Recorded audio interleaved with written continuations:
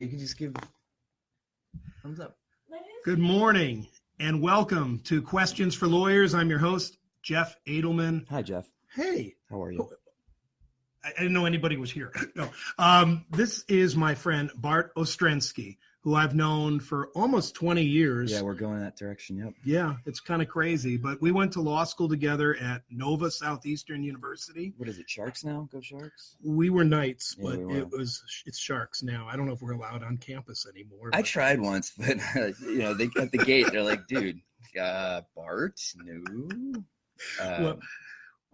Anyway, Bart and I go way back. We have, a lot of history together. But today he is going to be talking to us about a subject that I get a lot of calls about. And unfortunately, a lot of times there's not a lot of direction for people having problems with their landlord. You deal with landlord-tenant issues, and you're here to talk with us about that. Yeah, that's right. That's one of many things that I do, but landlord-tenant, it's a big deal in South Florida because, a lot of people want to be down here, whether it's the climate or whatever else. So there is a large market, a large demand, and supply is limited because, we're trapped between the Everglades and the ocean. So there's only so much construction that provides for housing. So it's a great market to be an attorney in landlord-tenant law. Well, if you could just tell the audience a little bit about you and your practice.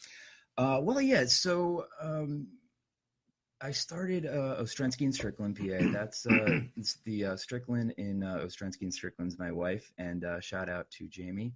I hope you're watching. We started that about 17 years ago, where Jamie specializes in real estate transactions. I do a lot of the litigation, obviously landlord-tenant, but I also do collections, specifically complex collections. Anything on a contract, I draft them, I enforce them, give direction to clients regarding what they should do or shouldn't do with contracts, and that's the meat and potatoes. I also do a little bit of a condo homeowner association, that's basically the meat of my practice. And how many years has your firm been in existence? 17. Where are you located? Currently, for a long time now, we're in Boca, just off of Yamato and 95. And that location's been there for 7 years. So yeah, we're a Boca firm, like being up there, and that's where we call home. If anyone wants to reach you, what's the best way to do that? You can call the office, 954-229-2468. Quite an easy number to remember.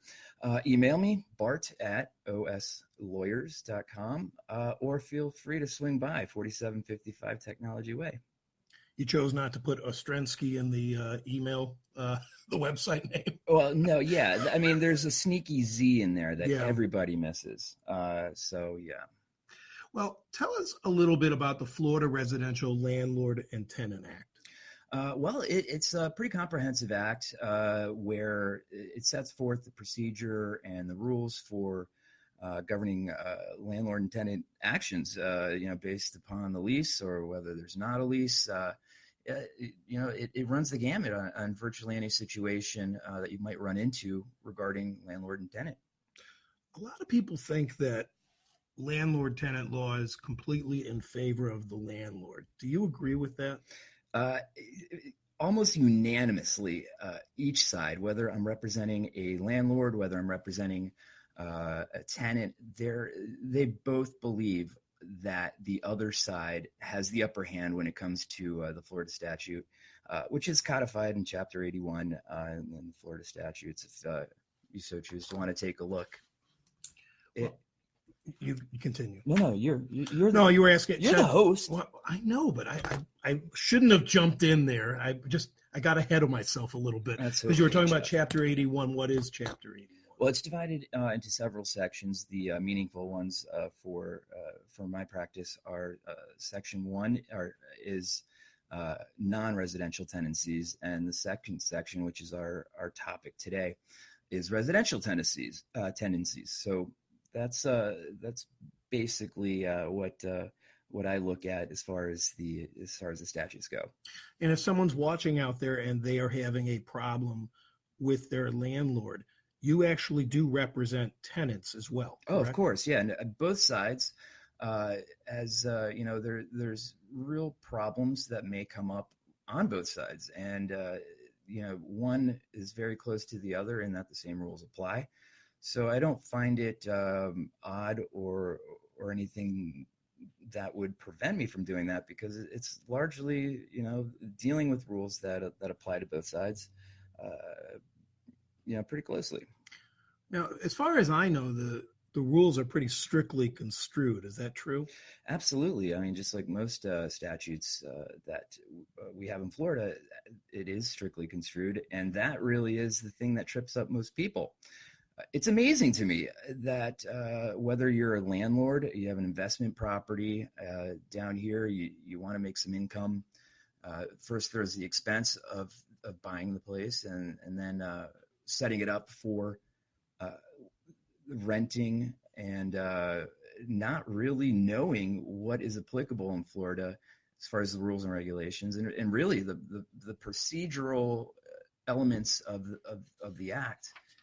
That's what really gets people. I mean, there's the fairness inherent with the statute is all there. Going back to what we were discussing earlier, both sides think it's skewed in the other direction, when in my opinion it's really not. As long as you know what the statutes say and the act says, because that's the process. And not knowing those little details, that's what usually bites people in the buns.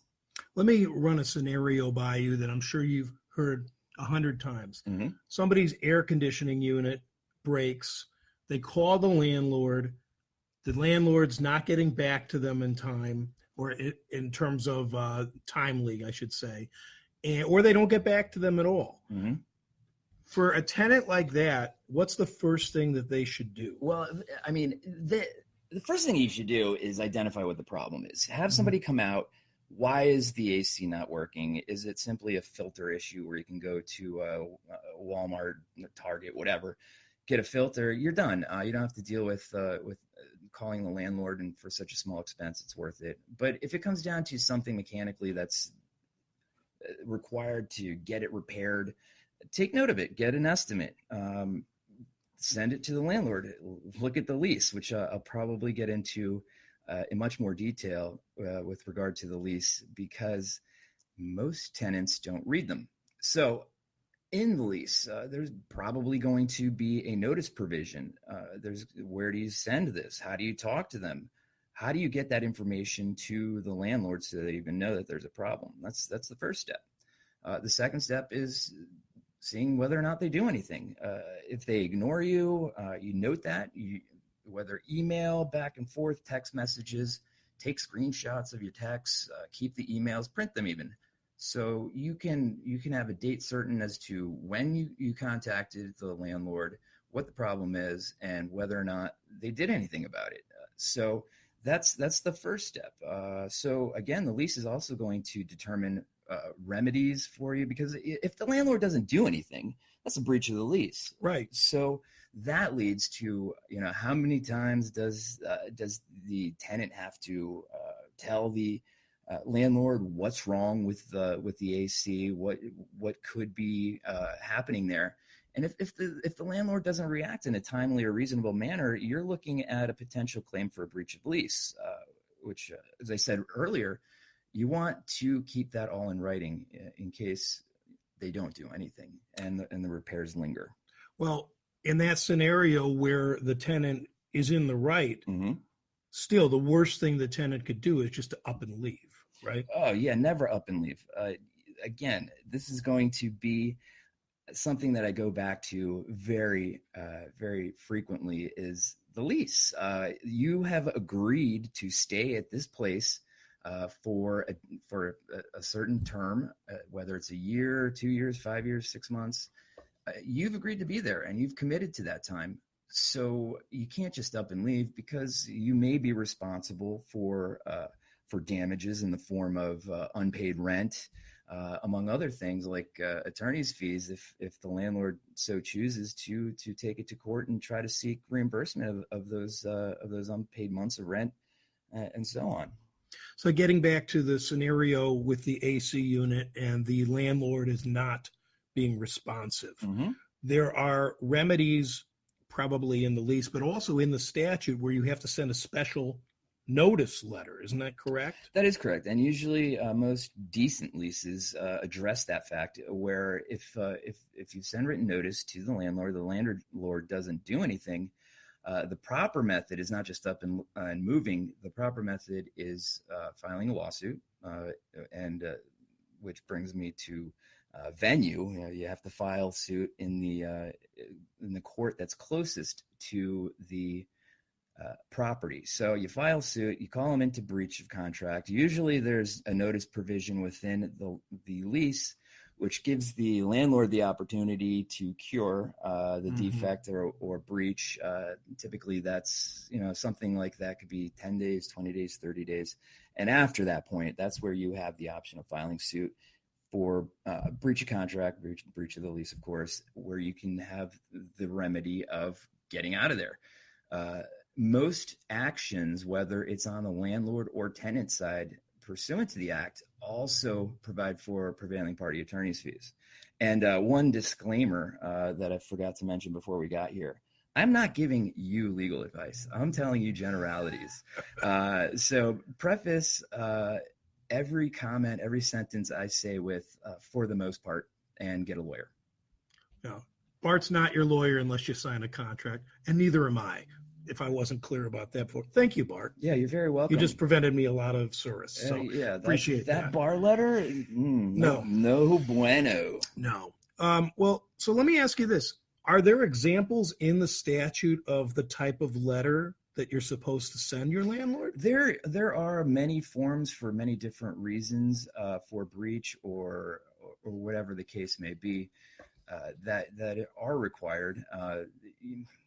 Typically not so much on the tenant side where the act acknowledges that tenants may not have as much education or savvy regarding landlord-tenant law. So there are some, but for the most part, that's restricted to the landlords. Okay. Well, if somebody has to hire an attorney. By the way, you look great. Look at you on there.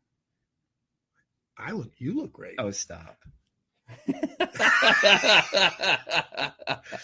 Well, I have a magic Well, let me camera. ask you this. Sure. I mean, I don't want to turn the table on you. Sure. You're obviously doing it. How long have you been doing this podcast? Since January. Have you found it fun? This is a blast. I was so looking forward to this. This is frankly. a blast. I again, like I was saying to you before, I get a chance to see people I don't normally get a chance to see. Yeah, you've been avoiding me. I have been. I couldn't avoid it any longer. My wife tells me anytime there's an open microphone somewhere, she knows to try to get me off it or some sort of method of prevention. I like mics. So what you're saying is that I'm going to have trouble making you leave today. I mean, will you have an hour here? Well, I was going to do a half hour, but it's crap. I might be able to pull some strings to go a little bit longer. Great. So that's good. We should talk to the producer. In any she event, said you could have a little more time. Okay. Just a smidge. We got the thumbs up. Okay. So let's say you are having a problem. We mentioned about having problems with landlords, and I think that really what you were getting to is documentation. Absolutely. And by the way, Terry Davies agrees that we look great. Oh, thank you. So I do appreciate that. Terry, you're my man. She actually has a question up there. My landlord's trying to go after me for damages. I haven't signed a lease in 10 years. He has 2 signed leases since I left. People that sign the leases are family. Can he go after me? Well, I guess she's saying if she's not on the lease, can a landlord go after you? Well, if there's no written lease whatsoever and you're in possession of the property that you're renting, yeah. Well, I mean, as you know, anybody can file suit for anything in Florida, and that happens quite frequently. That's why we have jobs. So, the short answer, I keep on kneeing the table and shaking the camera. I'm sorry about that. So yeah, and when it comes to not having a written lease, a lease expires, you never had one. The terms of that lease become very variable, and you're subject to a lot of potential problems. I mean, there's freedom in that you can up and leave at the end of any month. If you pay monthly, it's considered a monthly lease. If you pay weekly, it's considered a weekly lease, and so on. From the landlord's perspective, you are the one that's there, and you are the one that caused the damages. So whether or not it's based upon a breach of contract, which is the lease, or just simply negligence or whatever theory, certainly they can go. The landlord can go after you. Thank you, Terry. Terry's one of our regular watchers, so I do appreciate her chiming in. Regularity is nice. Yes, absolutely, and everything. Let me ask you this. I'm an 11 o'clocker. So. Well, better. I guess we can't go an hour then, can we? Moving on. Let me ask you this, because let's just say, hypothetically, I was offered a beachfront property in Boca Raton for $500 a month. What a great deal. Wow. Should I just go and sign on it? 3-bedroom. Yeah, 3-bedroom. It's got a pool. Remodeled. Should I just sign that lease? Yeah. Well, there's a number of things wrong or potentially wrong with that problem. First of all, no one's paying $500 a month for a beachfront condo. I mean, I don't care if you're in Boca or Vero. I got a really good deal. Yeah, you got a really good deal. So, frankly, if it's too good to be true, it is. One of the big issues that I ran into during the financial crisis was foreclosures. So you would have owners of property that are in foreclosure. In order to make a few bucks before that falls into a foreclosure sale, they want to rent it and get as much as they can from any tenant. But you need to watch for that. And really, some of the things that you should do are really simple. Yeah, ask the landlord, are you in foreclosure? If they don't disclose it right out of the box, you have some potential defenses or causes of action against the landlord for not disclosing that as a misrepresentation. In addition to that, if the property is actually in foreclosure, in the process of legally being in foreclosure, you're going to have all kinds of mail. You're going to have process servers knocking at your door, all kinds of solicitations, whether it's credit repair companies, because they still believe that the landlord lives there, and this is all directed toward the landlord. In addition to that, you may have realtors or investors that are suspiciously walking around the property to sum it up and get an idea whether it's a good property potentially to invest in at the foreclosure sale at the courthouse or online now. I'm dating myself somewhat. So once the house is foreclosed, then you're looking at a whole other set of scenarios and problems. There's going to be a new owner. Who knows who this owner is? They may want you out as soon as possible, make your life miserable in order to facilitate that. But there are rules and laws in place to protect you in that case. The legislature, pretty much for the most part, I should say, doesn't want you out on the street and kicked out in a short period of time. So that's really one thing to look for. In addition, well, there's a lot of scenarios where it's too good to be true, whether the landlord co-owns the property, not disclosing that rental to the other owner in order to sneakily make some money on the rental. But yeah, no, if it's too good to be true, it is.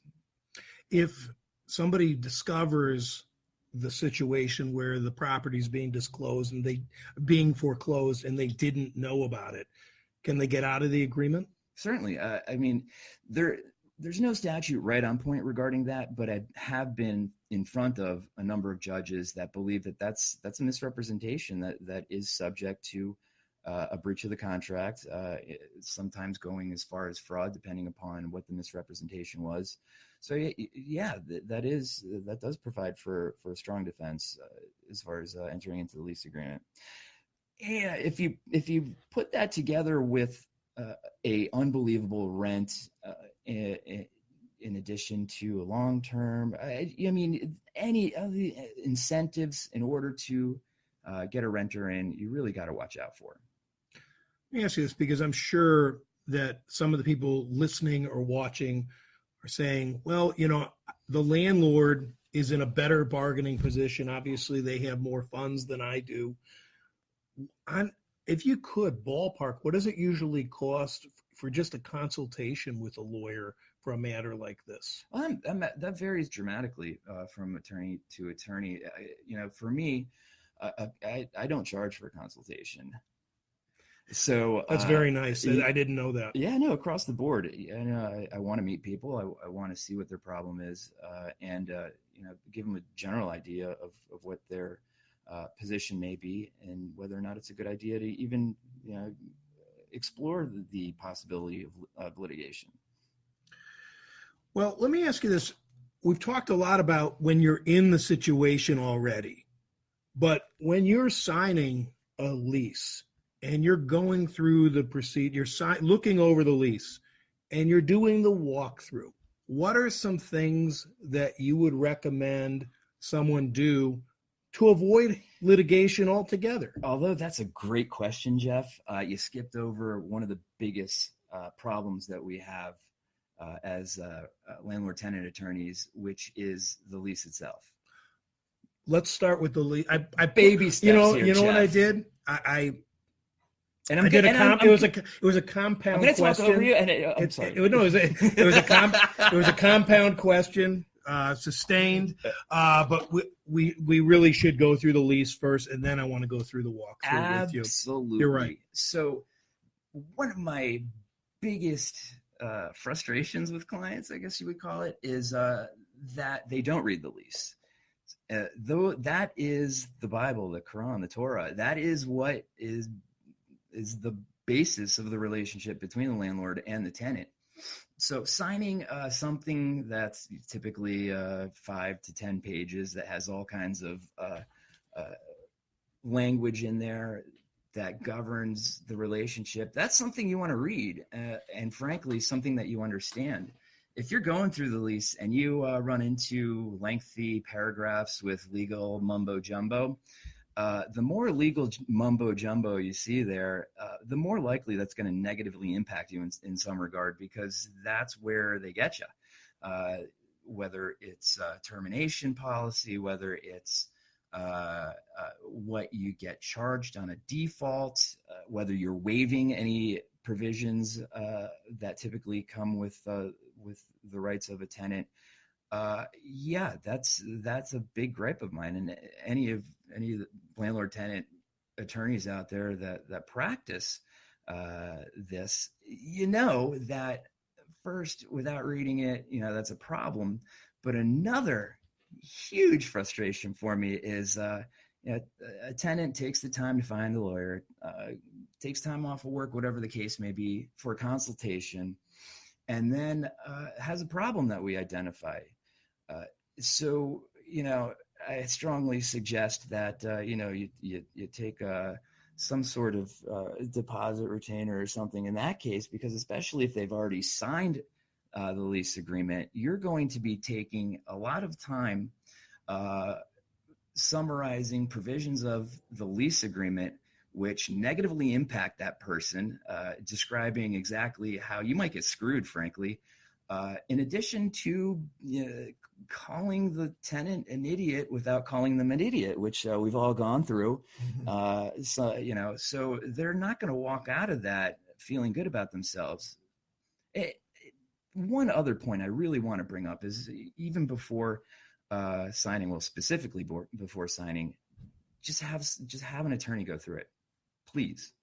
That's very common, that they sign a lease and suddenly they find themselves in a situation where they had no idea that the landlord had such a right, which goes back to which way is the law is skewed. Well, a lot of the law may have the appearance of being skewed because you entered into a lease that's either patently unfair, doesn't address what you required in your discussions previously to include, whether it includes cable, taking out the trash, or say paying for trash, pest control, all these things which the landlord may have said, yeah, don't worry about it. The lease usually has a merger clause, which says all previous verbal and written agreements are merged into this agreement. And suddenly there's no cable that's free. There's no pool maintenance that's included. And the tenants leave the office with scratching their heads saying, what WTF? Well, I mean, you mentioned a few of them. What are some of the other things that somebody looking through a lease they're about to sign should consider? Like what type of elements, such as, again, garbage, pool maintenance? What are some of the other ones off the top of your head that seem to come up? I mean, most obviously, first and foremost, whether or not they got the payment terms right, whether it's the deposit amount that you're required to put down, the monthly rent, these are big things that you agree upon. And if they're not right, you've committed to it. You're married to it. And as most attorneys know, I would hope contractual divorce is expensive. So, there's any number of matters that need to be disclosed and are disclosed in leases. Going beyond what I've already told you is, okay, here's a good one, is whether or not the rental property is an association. If there's a condominium or homeowners association that you're moving into, you might as well be the owner of that, because most rules and regulations and the governing documents of the association bring the tenant into the scope of all those documents. So if you can't park a pickup overnight, whether you can have a pet, all these things that are required by associations now become your problem, because that extends to all tenants, anybody that's occupying the property. It's like you're signing two contracts, really. There's even more. There may be a requirement for approval by the condominium association where you have to submit financial information, who's going to be living there, all kinds of stuff, which obviously you need approval for prior to taking possession. And one more thing is the board of directors for the association. You have a bunch of neighbors that have nothing better to do other than to enforce their rules and regulations. Whether you get along with them is an issue. Well, more specifically, if you don't get along with them, you don't know the history between the board of directors and the owners of the property. That might be sour. So that brings in a whole other element as far as representation with condominium law. So you have to be very mindful of that. To sum up a lot of what you're saying, it sounds like you shouldn't just sign it immediately. You should take it home with you and look it over. Don't sign it in the office. That is step one. And as I said before, if you don't understand it, if it looks like legalese, that is when you know you're running into a term that is there in order to provide the landlord with more rights, or in other words, provide the tenant with less rights with regard to the use of the property.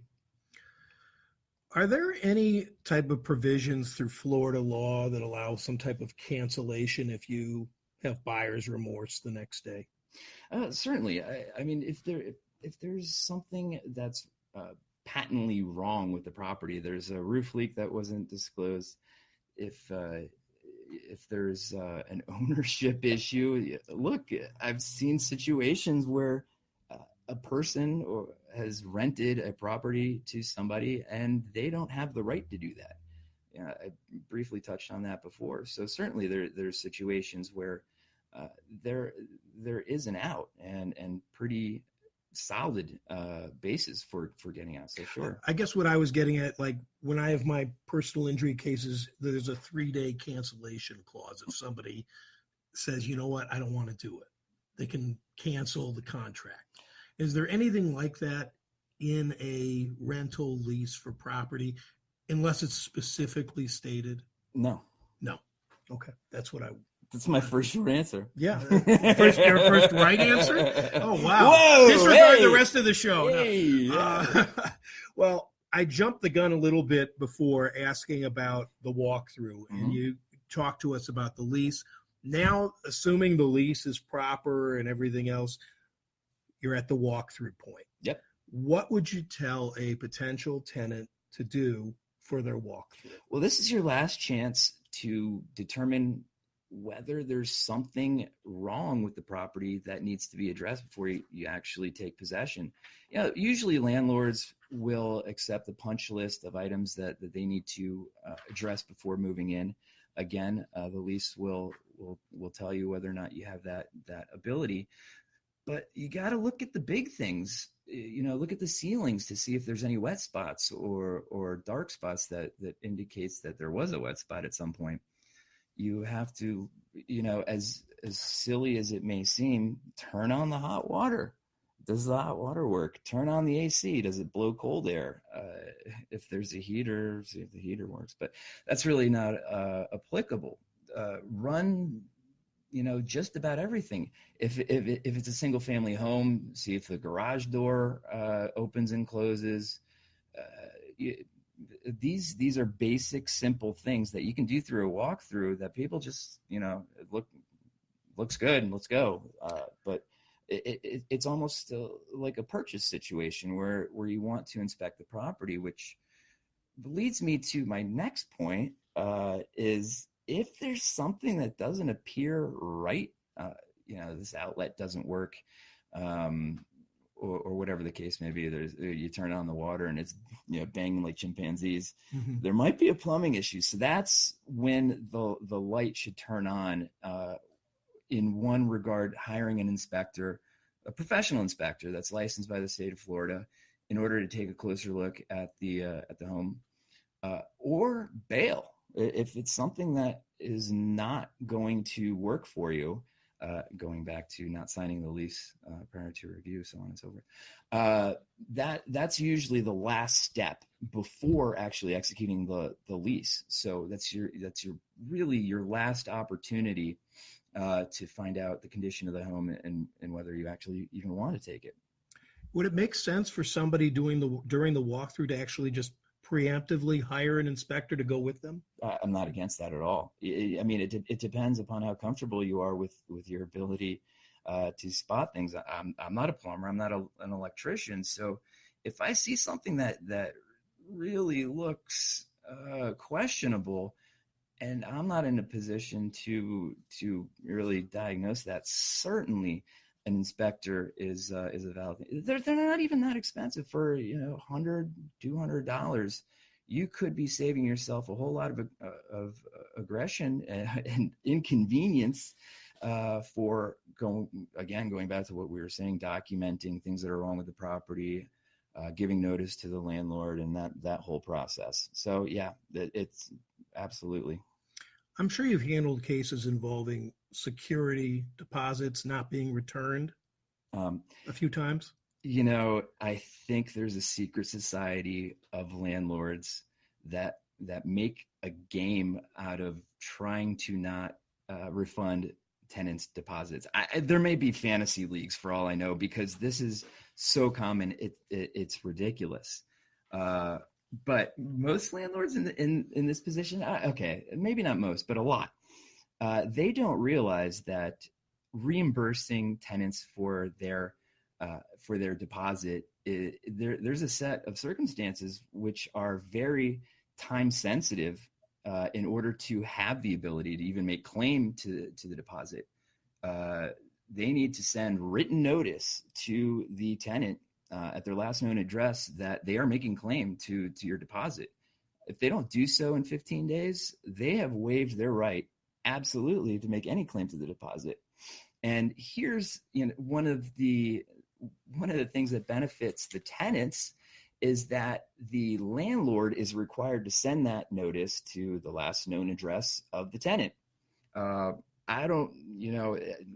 once the relationship is over, that disclosure as to where the tenant is moving doesn't always happen. I mean, you're likely going to be sending that notice to your own house that the tenant has already moved out of, and that provides for a fantastic defense to the tenant. I didn't receive notice. He sent it to his own house. Judge is going to look at the landlord. Well, did you really think this was going to be effective notice, sending it to yourself? And it's 15 days after the lease ends? That's correct. Okay. And not only that, the statute that addresses making claim to a default, it's pretty particular. You have to indicate within that notice why. It doesn't say that you have to go into minute specifics, but you do have to generally provide some sort of indication as to why they're making claim, and that can be used against them if it does go to some sort of lawsuit. Again, this is replete through the statute. In a claim like that, if a landlord does file suit in order to, if the landlord files suit, I'm second guessing myself, to the deposit and a claim for that, there's prevailing party attorney's fees available to the tenant. And in most cases, it goes the way of the tenant, unless the landlord is educated and knows what they're doing. That typically is a slam dunk for the tenant. For the tenant, well, that's a good thing. Look, tenants, you have some rights. If you don't remember anything else, or at least remember about your security deposit. Yeah, and that people rely on that for their next property. This landlord has $5,000, $6,000, $7,000, $10,000 of my money, representing first last deposit. Maybe there's a dog deposit, whatever the case may be. They're relying on that money in order to get their next place, to make the same deposit. Which really causes a lot of heartache for tenants, and I feel for them, because landlords really like the money that's already in their bank account, and they believe that maybe I can just hold on to this. It rarely works out that way, because the whatever damages to the house, unless they're pretty major, they're not going to prevail in that claim. Bart, this has been really informative. What? I want one more question. One more thing. You promised. Oh, we were over that. No, I'm done. I'm not done. I got one more thing. Okay. I got one more thing. I get a lot of calls from people who claim that their rental property has a problem with mold. Okay. Mm-hmm. And in that scenario, they don't know what to do. Mm-hmm. Okay. I'm sure you've gotten these calls as well. Yes. Tell, if you could, somebody who's going through that right now, just some basic steps that they should take to make sure they preserve their rights if they have to exit the lease. It's just like a broken air conditioner. It's just like, a foundation that's cracking. It's just like any other breach. But mold, generally speaking, in any type of litigation, is a problem because it's hard to prove. I mean, it's easy to prove that the mold exists, but anything that's based in a breach of contract comes down to damages. You have to prove that you actually have damages. That's a big deal. Are you sick? Is your daughter sick? Those are things that you need to document in order to expect some sort of positive action from the court. But you have to take the steps that you outlined in the beginning in order to get out. You have to give the landlord notice, give them an opportunity to cure it. Correct. And then if they don't cure it, then take the steps based on a breach of contract. Correct. And that's dealing with your health. I wouldn't hesitate to proceed if it's truly affecting you and negatively impacting you. Get out. You don't want that situation where you have lung conditions or whatever the case may be at your house, because you're gonna aggravate that condition. And that's separate and apart from like a personal injury action. I think sometimes people try to combine the two. The first step is to get out of the place, isn't it? Yes. I mean, that's one. 1A is uh, you know, again, with mold, it's tough. Document it. Have a professional. There's plenty of professionals out there that specifically do mold identification and remediation, and they will be able to tell you what kind of mold it is, the extent to which it's invading the house, and based upon that report or conclusion, you'll have a better idea whether you have anything to go on as far as a claim for mold. Bart, if you could, just any last second advice you would give to anybody who is in a landlord-tenant dispute. Yes. If you are a landlord, don't prepare your own lease. Most of the time that creates a problem. If you want to go to Staples or your local post office store and buy a form, go ahead, get a form. They're general. They don't address local concerns. Those forms, stay away from, to be honest. That is a situation where you're just asking for trouble, because they don't cover the things that, a lot of things in some cases, where you need to address your rights and the tenant's responsibilities. So going back to your initial question there, get a realtor or a lawyer to prepare the lease. That expense is going to be minimal as compared to the expense of whether it's interpreting or enforcing the lease by the tenant. It's going to save you in the long run, and it's going to save you a lot. And you're already invested in the property, even if it costs you $1,000 or a couple $100 or whatever, it's better than paying $20 and having a problem. Sure. And one other thing that we really didn't get to with regard to this interview is eviction, its repercussions, and even prior to getting into the lease. The market is tight. There, as I said, the supply is short, demand is high, so landlords can be picky. Before even finding the property that you want, check your credit. If there's some small things you can pick them off. Small debts. There may be debts that are reported that are incorrect, and these little things can improve your credit, because more often than not, and increasingly so, landlords are doing background checks. So there's that. Also, going back to that, I think I covered that pretty good. What do you think, Jeff? I think you did. I mean, I guess the question is, if somebody is subject to an eviction notice, what should they do in that scenario? You just reminded me of my second point that escaped me. Work together. You're such a sweetheart. Eviction. If you have a judgment of eviction against you, that's going to be a problem.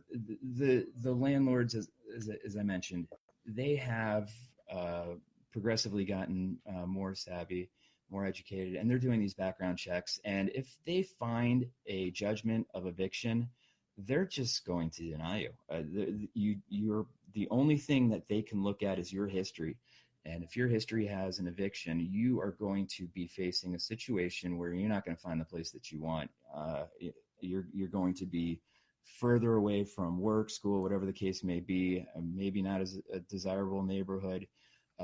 So that's, again, there's so many first steps that we've discussed cumulatively. So that's something else to look at.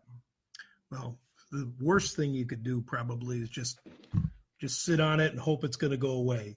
You got to call somebody like Bart and actually talk it through and see if there's something that can be done.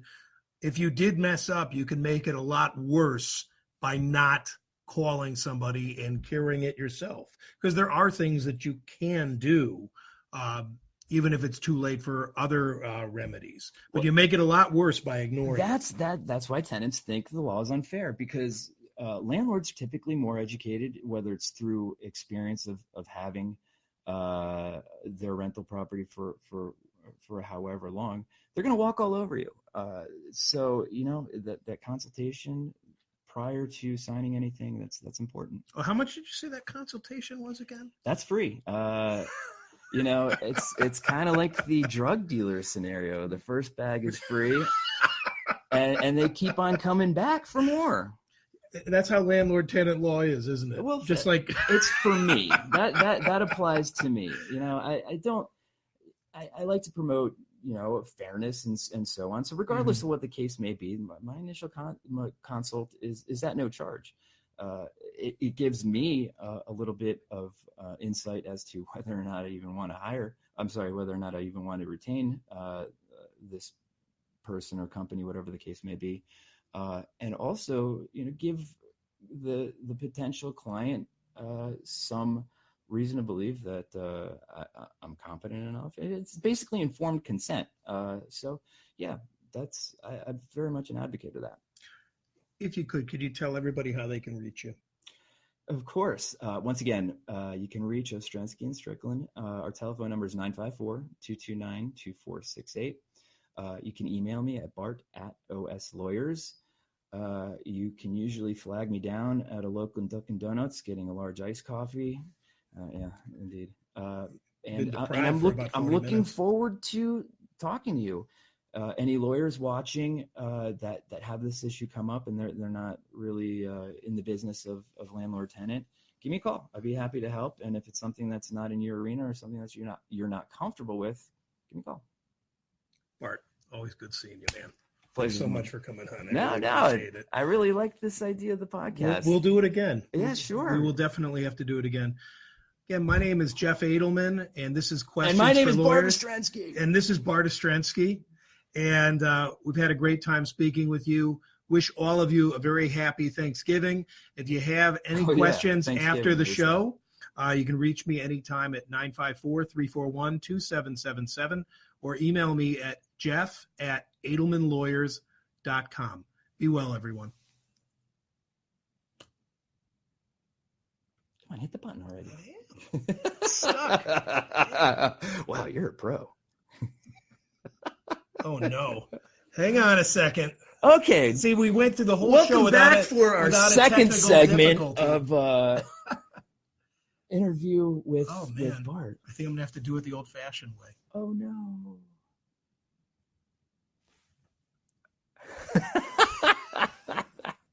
Bye, everybody. Bye, I think.